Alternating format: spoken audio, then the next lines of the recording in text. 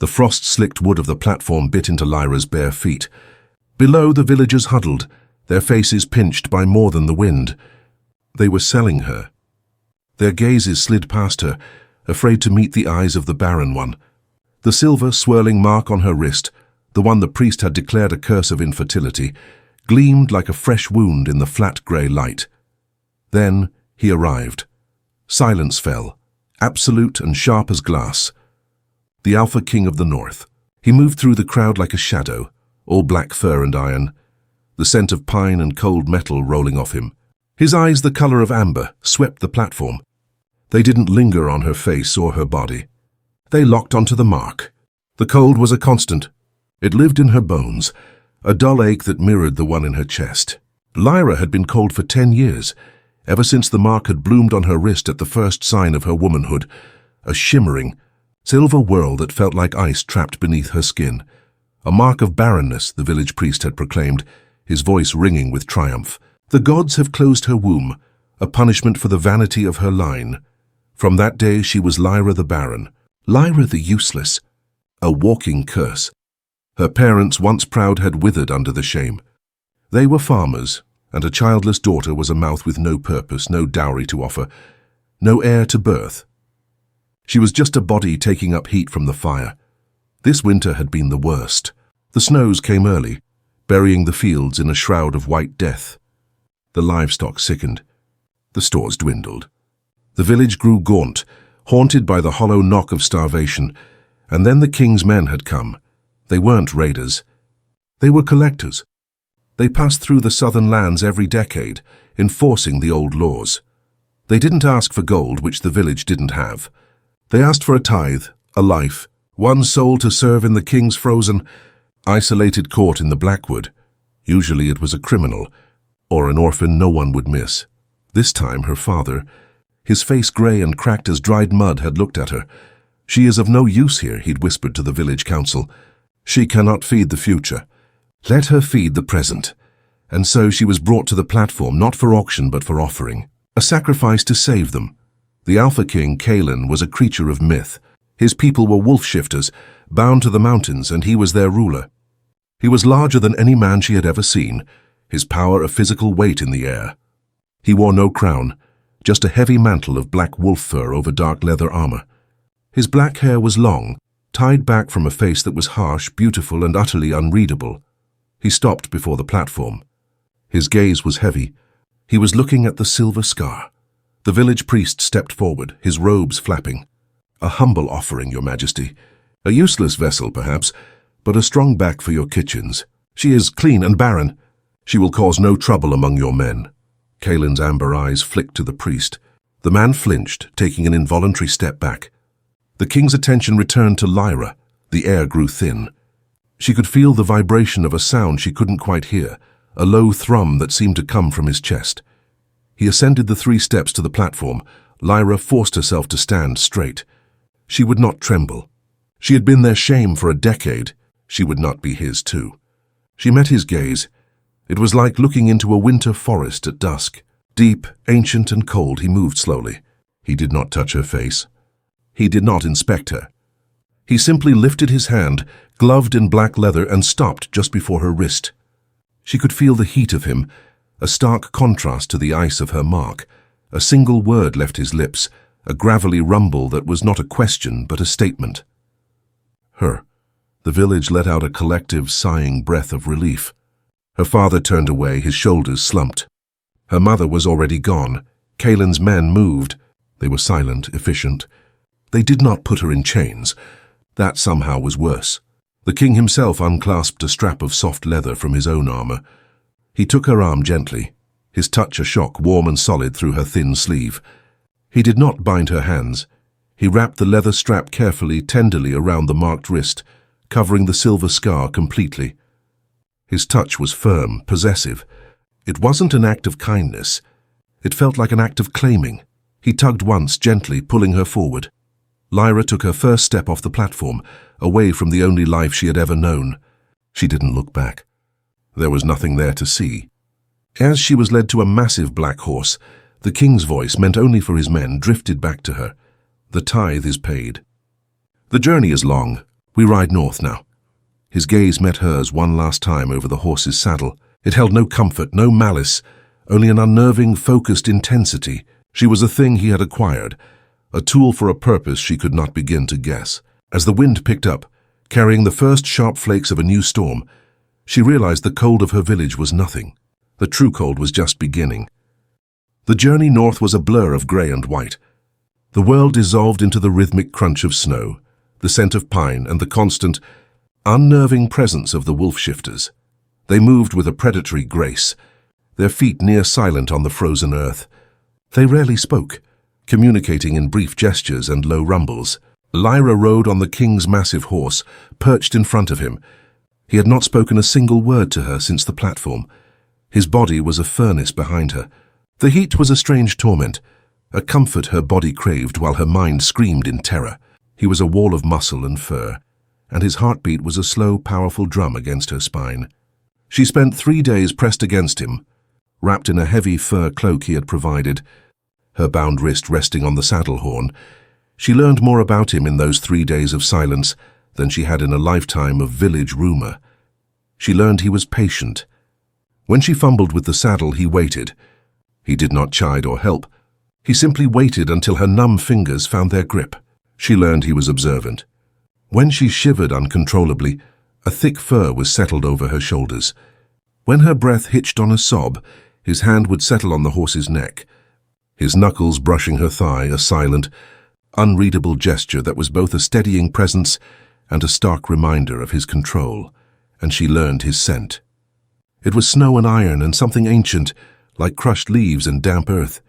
It was the scent of the wild, and it was slowly, terrifyingly becoming the only comfort she had. On the 4th day, the trees changed. The sparse pines of the south gave way to a dense, dark forest of black-barked giants. The air grew colder, thinner. The snow here was deeper, the silence more profound. The Blackwood Keep was not a castle. It was a wound in the side of a mountain, a fortress of black stone and massive timbers that seemed to have grown from the rock itself. It loomed out of the snow mist, its towers clawing at the bruised purple sky. There was no light in its windows. As they passed through the massive gates, the wind howled, a mournful, wolf-like cry. The courtyard was empty, save for a few gaunt figures who watched them from the shadows. They were his people. Their faces were pale, their eyes wide and unsettlingly bright in the gloom. They looked at Lyra with a mixture of suspicion, desperation, and a strange, sharp hunger. No one spoke. The silence of the keep was heavier than the silence of the forest. Kaelin dismounted in one fluid motion. For a moment, Lyra thought he would leave her. Instead, he turned and reached up. His hands, bare for the first time, spanned her waist. They were warm, calloused, and strong. He lifted her down as if she weighed nothing. Her legs, weak from the ride, buckled. He caught her, his arm a steel band around her, pulling her flush against his chest. Her breath caught. His heart was hammering against her cheek, a frantic, powerful rhythm that belied his cold exterior. It was the first sign of anything other than perfect glacial control. He held her for a beat too long, his amber eyes boring into hers. He seemed surprised. Then he set her on her feet and turned away. An older woman, her face a map of wrinkles and her hair a white braid, stepped from the shadows. "My king, Hela," he inclined his head. "She is the tithe. See her cleaned and settled. She is important. She is not to be harmed." Hela's dark eyes raked over Lyra, lingering on the leather-bound wrist, a flicker of something recognition. Pity crossed her features. "And where shall she be put? The South Tower?" Kaelin paused, his back to them. "No, the chamber adjoining mine. Keep the fire lit. She feels the cold." Hela's eyebrows shot up, but she said nothing. She merely nodded and motioned for Lyra to follow. The room was not a cell. It was large, stark, and carved from the same black stone as the mountain. But a massive fire roared in the hearth, and the bed was piled high with thick furs. A steaming bath waited in a corner. It was a room of stark, brutal luxury, and it was connected to the king's. The king is burdened, Hela said, her voice raspy as she laid out clean, simple clothes of soft wool. "This long winter has cost us. Long winter," Lyra whispered, her throat raw. "The land is dying, girl. The heart of the mountain is frozen. The snows no longer melt. The deer are thin. The wolves are starving. The magic sleeps. Hella's gaze was sharp. And the king is bound by laws you cannot understand. Hella nodded toward a massive ancient tapestry that covered one stone wall. It was faded, its colors muted by time and soot. It depicted a dark, howling blizzard. In the center, a massive wolf lay, its body coiled around a barren, thorny tree. But Lyra's eyes were drawn to the corner of the tapestry. A woman's figure, her back to the viewer, was reaching for the tree. Her arm was outstretched, and on her wrist, woven in thread that still shimmered with a faint silver light, was Lyra's mark. Lyra's hand flew to her mouth, a small, choked sound escaping. The leather on her wrist suddenly felt like it was burning. Hela saw the recognition in her eyes. The old woman's face softened just slightly. "Rest, child," Hela said, her voice suddenly gentle. "Your part in this has just begun." Hela left, the heavy wooden door closing with a final echoing thud. Lyra was alone with the fire, the bath, and the tapestry. She stared at the silver mark on the cloth, then at the leather binding on her own arm. She hadn't been brought here for kitchen work. She hadn't been brought here to be a concubine. She was a tithe, but not to the king. She was a tithe for the dying land. Lyra did not touch the bath.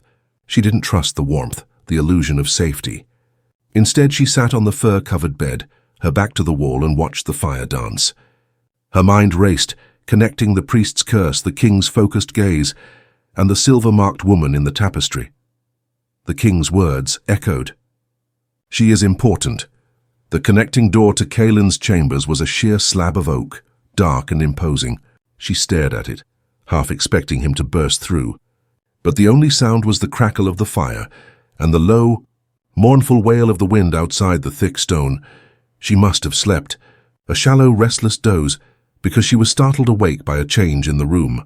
The fire had burned low, and the shadows had grown long and deep. Kaelin was there. He wasn't in the room, but in the doorway of the connecting chambers. He stood in the shadows, a massive, silent silhouette. He was watching her. Lyra's heart leaped into her throat, a frantic bird in a cage. She didn't move, didn't breathe. He was dressed in simple black trousers and a loose linen shirt, his feet bare on the cold stone. The armor and furs were gone. This was not the Alpha King, this was the man. He looked exhausted. The lines of his face were drawn tight, and the burden Hela spoke of was visible, a physical weight on his shoulders. "You are afraid," he said. His voice was low, a rumble that vibrated in the stone. "Yes," she whispered. Her voice was a dry croak. He nodded as if this was the only sensible answer. He did not step further into the room. He remained in the threshold, respecting a boundary she hadn't known existed. "Why am I here?" she asked, the question pulled from her. His amber eyes held hers. "The tapestry." She glanced at the ancient cloth. "The woman. The mark. It is the mark of the vessel," he said, "not of barrenness. That was a lie told by a frightened little man. Vessel. A conduit. A key, our land. The magic of this mountain. It is not dead. It is sleeping. It is frozen. It requires a spark to reawaken it." He took one step into the room. "It requires you." Lyra recoiled, pulling her knees to her chest. "Me? I am nothing. I have no magic." "You are the magic," Kaelin said, his voice raw with a sudden, desperate intensity. "Or you are the carrier of it. The mark is the sign. Your ancestors were of this mountain, stolen south generations ago. The magic knew its own. It marked you, calling you home. So the stories. The curse were a cruel and convenient lie. Your village priest feared what he did not understand. Your parents, they were fools." His disdain was a cold fire. "They threw away the one thing that could have saved them." He looked at the dying fire. "My people are starving. The heart tree, the source of our magic, is encased in ice. The line of Alphas, my line, has been bound by ancient law to find the vessel and break the curse." "Break the curse?" Lyra's voice was small. "How? A ritual. A bonding of your magic to the heart tree." She flinched. "A ritual. Like a sacrifice." Kaelin's head snapped up. For the first time, his cold facade cracked. She saw a flash of pure, unadulterated fury. "No, I am not your priest. I do not deal in blood sacrifice." He ran a hand through his dark hair, the gesture ragged. "It is a joining. A test of will. Of life." He crossed the room in 2 strides, stopping just before the bed. He was so close. The scent of him, pine and snow and the faint musky scent of man, was overwhelming. He knelt, bringing his face level with hers. His amber eyes were bright, fierce. "I have spent my entire life searching for you, vessel. I have watched my people grow thin, my lands turn to ice. I am bound by duty, and if I refuse," she whispered, terrified of the answer. He paused. The firelight played over the sharp planes of his face. "The law demands I take you to the tree. It does not say I must force you." He looked down, his gaze falling to her bound wrist. "But if you refuse, my people will be dead by the next moon. And you will be trapped in a dying keep, buried in ice. The choice is yours." He reached out, his calloused fingers brushing the leather strap. "The priest was wrong," he said, his voice dropping to a near whisper. "It isn't a mark of infertility." He traced the outline of the strap, his thumb brushing the sensitive skin of her inner arm. "It is a mark of life, the only life that can save this mountain." His touch was not cold. It was searing. It was the first time in her life a man had touched her with anything other than revulsion or pity.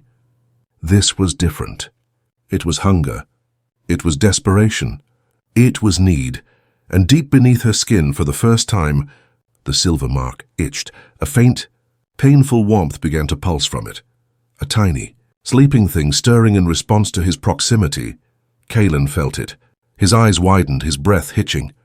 He snatched his hand back as if he'd been burned, a low growl rumbling in his chest.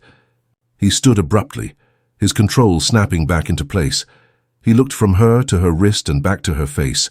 The hunger in his eyes was still there, but now it was warring with something else, something that looked terribly like hope.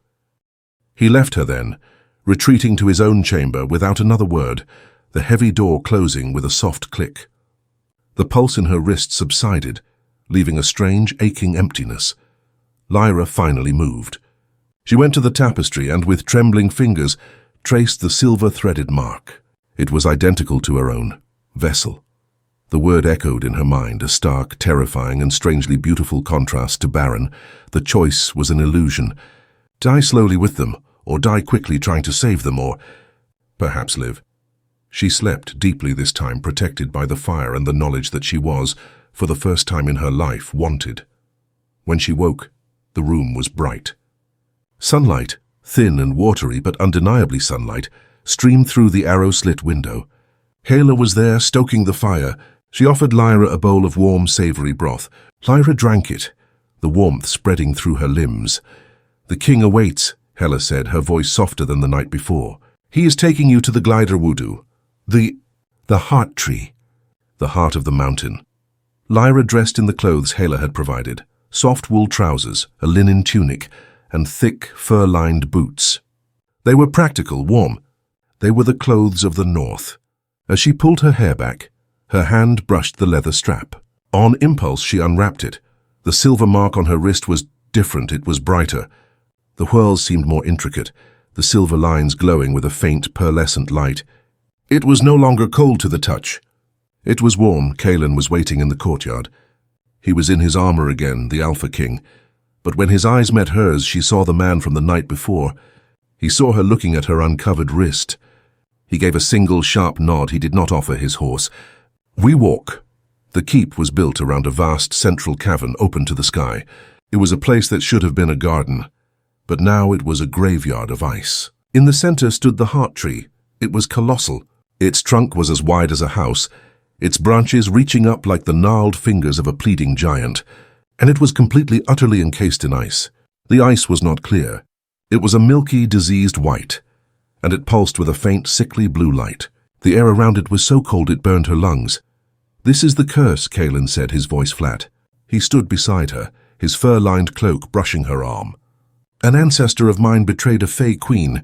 In her dying breath, she bound the heart tree to the ice and my line to the curse. The land will heal," she decreed, "only when the mountain's blood is returned by the vessel's hand." "Mountain's blood," Lyra whispered, awestruck by the terrible beauty of the frozen tree.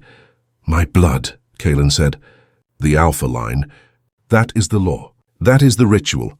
I am the mountain's blood. You are the vessel's hand." Lyra's stomach clenched. "A blood sacrifice." No, he was adamant. "Not a sacrifice. Fakihyo transaction. A bonding. The magic needs a conduit. The tree is the lock, your magic is the key. But the key is cold. It needs a spark. My blood, our life force, is the spark. He led her to the base of the tree. The ice was thick, cold, and felt almost alive, malign. The elders believe we must perform the great ritual, he said, his voice low. A binding that would chain you here, chain you to me. They see you as a tool. And you? She asked, her voice shaking. He turned to her. His amber eyes were a storm. I see a woman who was sold by her family, who was lied to by her priest, and who has been cold her entire life. He reached out, his glove brushing a strand of hair from her face. I'm bound by my duty, but I will not be a tyrant.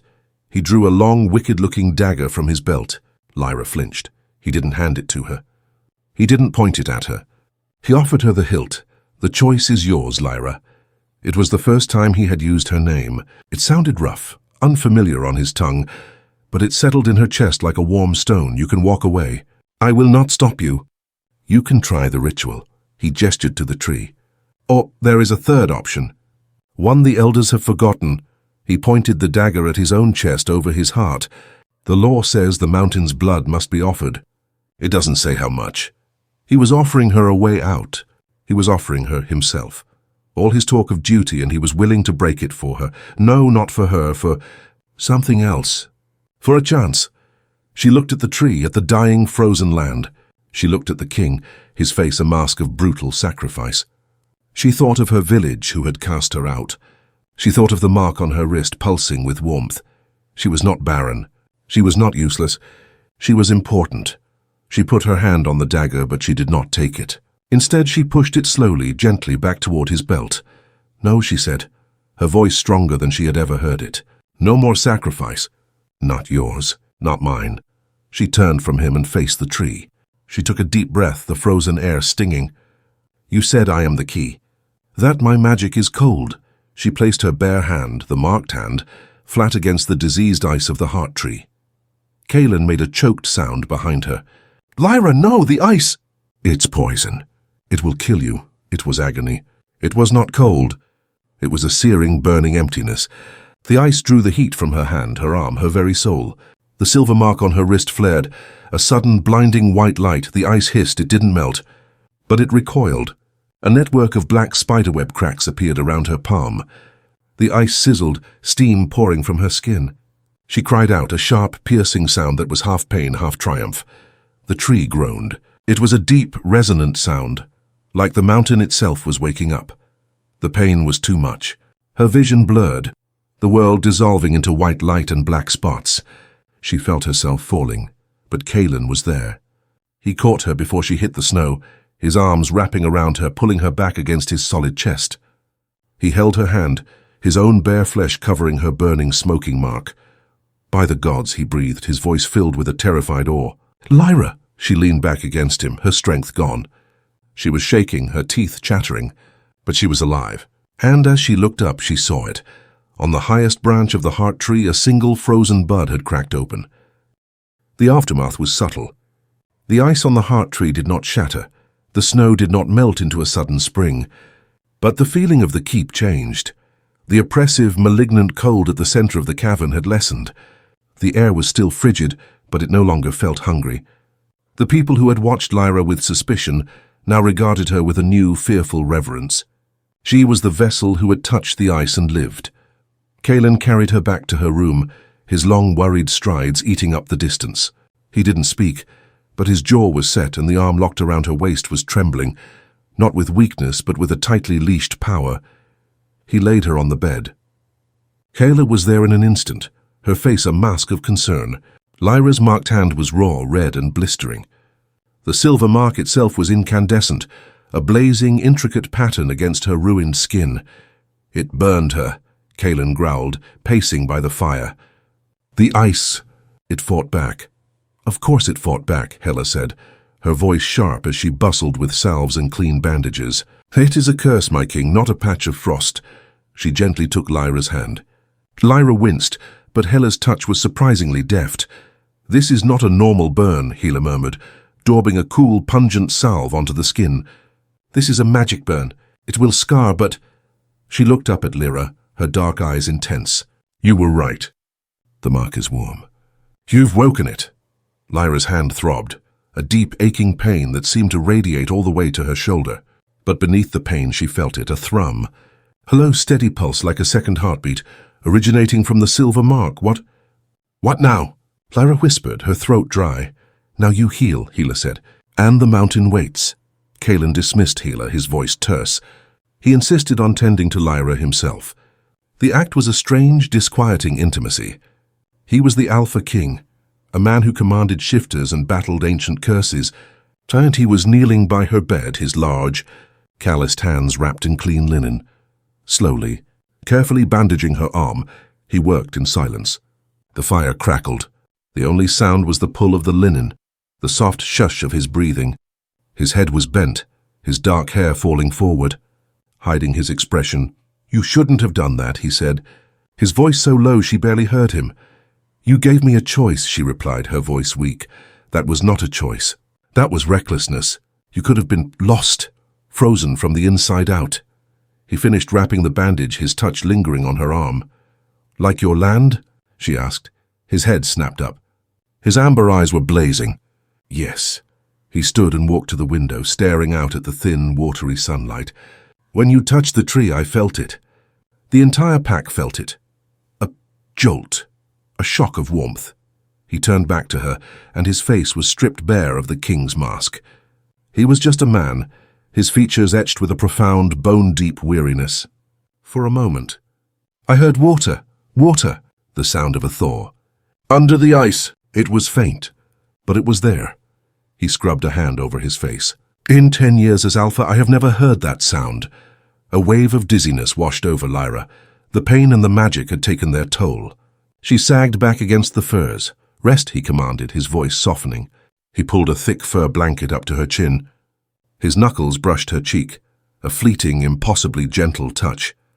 You have done more today than my ancestors have in a century. He stayed. He didn't return to his chambers. He didn't pace. He dragged a heavy wooden chair to the hearth, settled into it and watched her. He was a guardian, a shadow, a wolf standing vigil. Lyra slept, and for the first time in her life she dreamed. She didn't dream of her village or the auction block. She dreamed of water, a slow, steady drip, drip, drip in the heart of a dark, frozen cavern. She dreamed of a massive, sleeping beast, a wolf of shadow and starlight, curled at the base of a tree, its tail wrapped around a single, fragile, silver-marked bud. She woke to chaos. The sun was down. The room was lit only by the fire. The connecting door to Kalen's chamber was wide open, and voices were raised in anger. It is not enough, a new voice barked, sharp and old. A single bud. The blizzard is holding, but it is not retreating. The ritual is incomplete. Lyra sat up, her head swimming. She pulled the fur cloak around her shoulders and padded to the doorway. Kalen stood in the center of his chambers, which were as stark as hers, dominated by a massive, unlit hearth. He was flanked by 3 elders, their faces hard, their shifter bright eyes fixed on him. She is a tithe, Kalen, not a bride. The lead elder, a man with a scarred face, snarled. You are too soft. The law is clear. The vessel must be bound to the mountain. Bound to the Alpha. She is healing, Ulfric, Kalen growled, his voice a low threat. She will not be forced. Forced? Ulfric laughed, a harsh barking sound. The ritual is not about force. It is about union. A joining of blood, of magic, and of flesh. You are the mountain's blood, she is the vessel's hand. The ritual demands they be joined. As one. Lyra's blood ran cold, union, flesh, they were talking about marriage. A forced magical bonding, you would chain her to me. To this dying rock. Kalen's hands were clenched into white-knuckled fists at his sides. We would save our people. Ulfric jabbed a finger at him. You are the king. Your feelings are irrelevant. Your duty is all that matters. The ritual must be completed. By the full moon. Or her sacrifice, he spat the word, will have been for nothing. The ice will return, and it will take her with it. Kyla's control snapped. He moved faster than she could see. One moment he was by the fire. The next he had Ulfric by the throat, pinning him against the stone wall. His amber eyes were no longer human. They were pure molten gold, the pupils slits. A low, terrifying growl ripped from his chest. You will not touch her. The other elders scrambled back, their hands dropping to the knives at their belts, but they were frozen in terror. Kalen was no longer a man. He was the Alpha, and he was enraged. "My king," Ulfric choked out, his face turning purple. "The law, damn the law." Kalen roared, the sound echoing through the chambers. "Damn the ritual. And damn you." He threw the elder to the floor. Ulfric scrambled away, coughing. Kalen stood in the center of the room, his chest heaving, his body vibrating with a power that made the very air shake. "We will find another way," he panted, his voice ragged, his humanity slowly returning. "I will not make her a sacrifice." Ulfric, pulling himself up, gave a grim, knowing smile. "There is no other way, my king." He looked past Kalen, his eyes finding Lyra huddled in the doorway. His smile widened. "And she knows it too. The mountain is calling to her. The magic once woken will not be denied. It will have its due, one way or another." The tension in the keep became a living thing. The fragile hope Lyra had sparked at the heart tree was choked by the fear of Ulfric's decree. The full moon was 3 nights away. The people watched her. Their awe had been replaced by a desperate, pleading hunger. They looked at her, and then at their king, willing them toward the union that would save them. Lyra was a prisoner again, not of stone walls, but of their suffocating hope. Kalen was a ghost. He disappeared for hours, hunting, running, she assumed, in his other form, burning off the rage that kept him vibrating on a knife's edge. He avoided her, posting guards at her door. Not to keep her in, she realized, but to keep the elders and their expectations out. He left her trays of food by the connecting door, which he now kept barred. He was protecting her. But the protection felt like another cage. On the second night, she couldn't stand it. The silence, the waiting, the thrumming in her arm, which now ached with a deep, resonant need she didn't understand. She went to the connecting door and knocked. "Kalen?" "Silence, Kalen, I am not a child. I am not a porcelain doll. I was on the platform, remember? I have faced worse than your elders." A heavy sigh. The sound of the massive wooden bar being lifted. The door swung open. He looked hunted. His hair was damp with melted snow, his face stark in the firelight. He hadn't been sleeping. "You should not be up," he said, his voice flat. "And you should not be hiding," she retorted. She pushed past him into his room. It was colder than hers, the fire a pile of dying embers. She went to the hearth and stoked it, adding new logs. "I am not hiding," he growled. "I am thinking." "Thinking of what?" "How to defy your elders. Or how to tell me I must marry you." He flinched. "I will not force you. That is not a choice." She burst out, whirling on him. "That is just another way of letting the ice win. Walk away and we all die, or marry me and we all live. It's the same prison." She was shaking, her own anger surprising her. He just watched her, his amber eyes unreadable. "Do you know what the worst part of being barren was?" she whispered, her anger dissolving into the old familiar ache. "It wasn't the shame. It was the uselessness, the futility. I was nothing. A ghost in my own life here." She touched her bandaged hand. "I am something. I am the vessel. I am the key. But I'm still just a thing to be used." Kalen crossed the room, his movements slow, deliberate. He stopped in front of her, so close she had to tilt her head back to see him. "You are not a thing," he said, his voice rough. "You are Lyra." He reached out, not for her hand, but for her face. His thumb brushed her cheek. "And I am bound by law," she said, her voice bitter. "No." He looked away toward the fire. "By this." He unlaced the front of his tunic, his movements stiff. He pulled the rough fabric aside. Lyra gasped. It was a scar. But it was not like Ulfric's. This was a mark of magic, a swirling dark pattern over his heart like a tree struck by lightning. It was black and dead, but the shape, it was the same shape as the silver mark on her wrist. A mirror, a shadow. "What?" she breathed, reaching out, her fingers hovering just above his skin. "The curse," he said. "It didn't just freeze the tree. It bound my line to it. It's an anchor. It keeps me tied to the land, but it drains me. It's why the Alpha's life is short, brutal. It's why the land is dying with me." She touched him. Her bandaged, marked hand laid flat against the dark scar on his chest. He hissed, a sharp intake of breath, his eyes squeezing shut. His heart hammered under her palm, a frantic, wild rhythm. A jolt passed between them. It was not the agonizing burn of the ice. It was a spark. A shock of pure, clean energy. Her silver mark flared with warmth, and his dark scar. She could have sworn she saw a faint red glow in its depths. He grabbed her wrist, not to pull it away, but to hold it there, his grip painfully tight. What is this? He panted. I don't know, she whispered. They were breathing the same air, their heartbeats frantic, one against her hand, one in her own chest. The elders. The union, he said, his voice strained. They think it means a bedding, a ceremony. They are wolves. They think in terms of possession, of binding. He looked into her eyes, and the desperation there stole her breath. But the tapestry, the woman and the wolf, they are not bound. They are standing together. He was right. The image in her head. They were separate yet whole, Kaelin, she said, her voice shaking. What if the ritual isn't a marriage? His eyes searched hers. What? What if the union isn't flesh? What if it's this? She pressed her hand, her magic against his scar. The key, the lock. You are the mountain's blood, I am the vessel's hand. We are the two halves of the key. He stared at her, the possibilities dawning on his face. Hope so long beaten down flickered in his eyes. A joining of magic, not of law. They won't see the difference, a voice snarled from the doorway. Ulfric, his face was a mask of fury. You would defy the ancient laws? You would risk everything for this tithe. You would let us all die for your weakness? It is not weakness, Ulfric, Kaelin said, his voice ringing with a new, clear authority.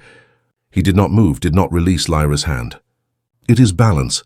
It is heresy. Ulfric drew his knife. The king is compromised. He is enchanted. The tithe must be cleansed. The ritual must be forced. He lunged, not at Kaelin, at Lyra. Ulfric was fast, but Kaelin was faster. He moved like smoke and shadow, a blur of pure protective instinct.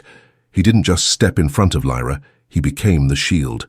The knife, intended for her heart, plunged deep into Kaelin's shoulder, just below the collarbone. A terrible wet sound, a sharp intake of breath. Lyra screamed. Ulfric's eyes widened in horror. He hadn't meant to strike the king.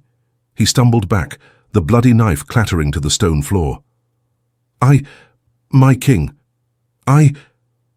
Kaelin didn't groan. He didn't fall. He stood straight and tall, a dark, spreading stain blooming on his tunic. He looked down at the wound, then at the terrified elder. And then a low, terrifying sound rumbled from his chest. It wasn't a growl. It was a shift. His body convulsed. His bones cracked and reformed. His clothes tore as his form expanded, swelling with a power that was primal, ancient, and utterly inhuman. His amber eyes bled into pure, molten gold. Black fur sprouted, thick and fast. In a matter of seconds, the man was gone. In his place stood the wolf. It was massive. A beast of shadow, its head level with Lyra's, its shoulders as broad as the doorway. It was the creature from the tapestry, from her dreams. The Alpha. It fixed its golden eyes on Ulfric. The elder was paralyzed, whimpering, all pretense of authority gone. The wolf didn't attack. It didn't need to. It opened its massive jaws and snarled, a sound that shook the stones, that rattled Lyra's teeth. It was a sound of pure, unadulterated command. Get. Out. Ulfric fled. He scrambled backward, falling over himself, and disappeared into the hall. The beast turned, its massive head swiveled, its golden gaze landing on Lyra. She was trapped between the hearth and the creature, her back pressed against the warm stone. Her heart was a drum. The wolf was panting, its hot breath misting in the cold air. Blood, dark and thick, dripped from its shoulder, puddling on the floor. It took a step toward her. Lyra didn't move. She didn't scream. She looked into its eyes. They were not the eyes of a monster. They were Kaelin's eyes, filled with pain, with rage, and with a desperate, soul-splitting loneliness. "Kaelin," she whispered. The wolf whimpered, a high pain sound, and took another stumbling step. It was weakening. The wound. "You're hurt," she said, her voice gaining strength. She pushed off the wall, ignoring the voice in her head that screamed at her to run. She stepped toward the wolf. It flinched, lowering its head, its ears flattening. It was afraid. Not of her. For her. It was afraid she would be disgusted, terrified. It was the same shame she had felt on the platform. "You are not a monster," she said, her voice firm. She reached out her unbandaged hand. and placed it on its massive, furred snout. The fur was coarse, damp. Beneath, the bone was solid, real. The wolf closed its eyes, its entire body shuddering, and leaned into her touch. It let out a long, sighing breath. "So you're bleeding," she said. She looked at the wound. The knife was gone, but the gash was deep. She ripped a long strip of cloth from her own tunic. "You have to," she choked. "You have to change back. I can't bind this." The wolf looked at her, its golden eyes filled with agony. It tried. She saw the muscles bunch, saw the effort, but it whined again, collapsing onto its haunches. It was too weak. The shift was too much, the wound too deep. "It's okay," she said, her mind racing. "It's okay." The blood was flowing faster. He was the mountain's blood, and it was spilling onto the stone. "The ritual," she whispered, her eyes wide. "The union." This was the choice. Not a ceremony, not a forced marriage. This, a joining of magic, a desperate, life-saving act. She ripped the bandage from her marked hand. The skin was healed, but pink and new, the silver mark a blazing, intricate web. She grabbed the fallen dagger, her hand steady. The wolf growled, a low warning, its eyes snapping open. "No," she soothed. "Not for you. For me." She pressed her marked hand to his wound. The hot, sticky blood welled up, covering the silver. The wolf cried out, a sharp yelp, a jolt. The same spark as before, but 1,000 times stronger. It was fire and ice, life and death. Her mark flared, drinking in his blood. His scar beneath the fur answered, a responding pulse of heat. "Stay with me, Kaelin," she whispered, her voice fierce. She pressed her other hand, the one holding the dagger, to her own chest. She took a deep breath. "You are the Alpha," she said, her eyes locked with his. "But I am the vessel." She wasn't asking him. She wasn't waiting for a choice. "I choose this," she said. "I choose you." She didn't press the knife to her skin. She didn't need to. She just made the choice. She willed her magic, the ice-cold, dormant power of the vessel, to flow. It surged. Out of her marked hand, which was pressed to his wound, and into him, a torrent of silver light. The wolf roared, its head thrown back. It was a sound of agony and ecstasy. The magic didn't just go into him. It went through him. It followed the path of his blood, his life force, his connection to the land. And in her mind's eye, she saw it. She saw the heart tree. The magic, amplified by his, shot out from the keep like a silver arrow, striking the frozen ice. The full moon was tonight. The ritual was happening. Not by law, but by choice. The wolf's form wavered, shrinking, convulsing. The fur receded. The bones snapped. Lyra fell with him as he collapsed, the massive wolf dissolving back into the man. He lay panting on the floor, naked, human, and drenched in sweat. She was sprawled half on top of him, her marked hand still pressed to his shoulder. The wound was gone, not healing, not scarred. Gone. As if it had never been. His dark scar, the one over his heart, was no longer a dead black thing. It was alive. It was glowing, shot through with veins of pure, new silver. He stared at her, his amber eyes wide, his chest heaving. He clutched her marked hand to his shoulder, as if it were the only thing keeping him anchored to the world. "Lyra," he rasped, and it was a prayer. The moment shattered, a sound from outside, a deep, resonant crack that shook the very foundations of the keep. It wasn't the sound of war. It was the sound of birth. Kaelin was on his feet in an instant, his weakness forgotten, replaced by a surge of pure, primal energy. He was naked, his body thrumming with the new dual magic. He didn't seem to notice or care. He pulled Lyra to her feet, his eyes locked on the open window. "What?" she breathed. "The tree," he said. He grabbed his fur cloak from the floor, wrapping it around her, then pulled on his own trousers and boots, his movements economical and swift. "The ice!" Another crack, this one closer, followed by a low, groaning rumble like a waking giant. He grabbed her hand, her marked hand, and pulled her from the room. "Come, we have to see." They ran, down the stone corridors, through the great hall into the central cavern. The keep was awake. People were pouring from the doorways, their faces a mixture of terror and disbelief. The cavern was unrecognizable, It was no longer a frozen graveyard. The air was not cold. It was cool, damp, and filled with the scent of wet earth and ozone. The milky, diseased ice on the heart tree was shattered, lying in massive, steaming chunks at its base, and the tree was alive. Its branches, no longer encased in ice, were a deep, vibrant black, and at the tip of every single branch a bud, like the one she had woken, had burst open. They were not green. They were silver, thousands of silver-leafed buds, glowing in the moonlight like a constellation of stars. As they watched, a sound began. A single drip, then another, and another. The last of the ice on the trunk was melting. Water, clear and clean, streamed down the bark, pooling at the roots and running in small rivulets across the cavern floor. The sound was a symphony, the sound of the thaw. "You did this," Kalen breathed, his voice rough with awe. He stood beside her, his hand still holding hers. Their joined hands, his scarred, hers marked, felt like a single, complete circuit of power. "No," she said, her eyes fixed on the tree. "And we did." Ulfric and the elders stood at the edge of the cavern, their faces pale. Ulfric stared at the tree, then at Kalen and Lyra, their hands intertwined. He saw the glowing silver in Kalen's scar. He saw the healed wound on his shoulder. He saw the power radiating from Lyra, no longer a victim, but a queen. He dropped to one knee. Then one by one the other elders followed. The entire keep, all the gaunt, haunted people, knelt in the mud and melted ice. "The curse," Ulfric whispered, his voice cracking. "It is broken." Kalen looked at Lyra. His amber eyes were so bright she thought she might drown in them. He was the king. He was the Alpha. And he was, for the first time, truly free, but he didn't make a speech. He didn't claim victory. He raised their joined hands. "This," he said, his voice ringing with power, "is the new law." He turned from the crowd and led her to the base of the heart tree.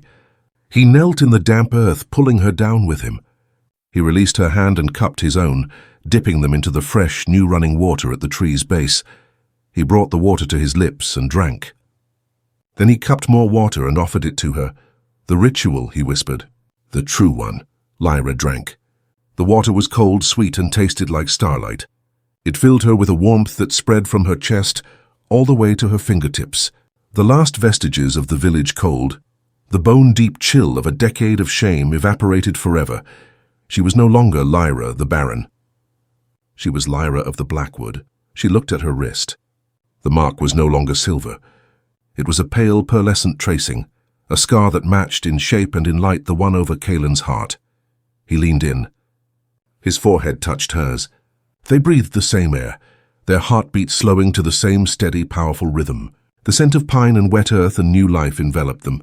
"You were never barren," he whispered, his lips brushing hers, a promise, not a plea. "You were just waiting for the land to be ready to bloom." He kissed her. It was not a kiss of law or duty or even passion. It was a kiss of recognition, of two halves of a key finally turning in the lock. Around them, in the heart of the mountain, the silver buds of the heart tree unfurled, releasing a wave of healing magic that swept out from the keep, melting the snows of a decade-long winter. Epilogue spring came to the Blackwood like a freight train. The sudden, violent thaw turned the mountains into a tapestry of roaring waterfalls and rushing rivers. The land, fertile beneath its frozen prison, exploded in a riot of green.